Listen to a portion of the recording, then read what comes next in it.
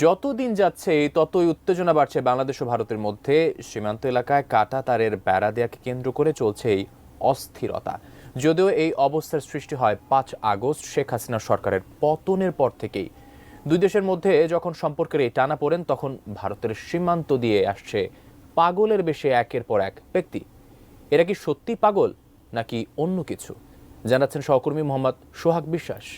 सब बंद कर दो, मैंने तुम बचा दिया, मैं तो बचाओ बैठी है, सब बंद करो।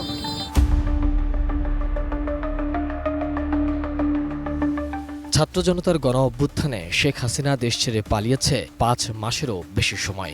এর আগে নিজের ক্ষমতা টিকিয়ে রাখতে হাজারো মানুষের রক্তে রঞ্জিত করেছে নিজের হাত। কথিত আছে পুলিশের সাথে বিশেষ একটি প্রশিক্ষিত বাহিনী ছাত্র জনতার উপর গুলি চালিয়েছিল। খোদ সাবেক স্বরাষ্ট্র উপদেষ্টা ব্রিগেডিয়ার জেনারেল অবসরপ্রাপ্ত সাখাওয়াত হোসেন বলেছিলেন, পুলিশের হাতে সীমান্তের ভয়ঙ্কর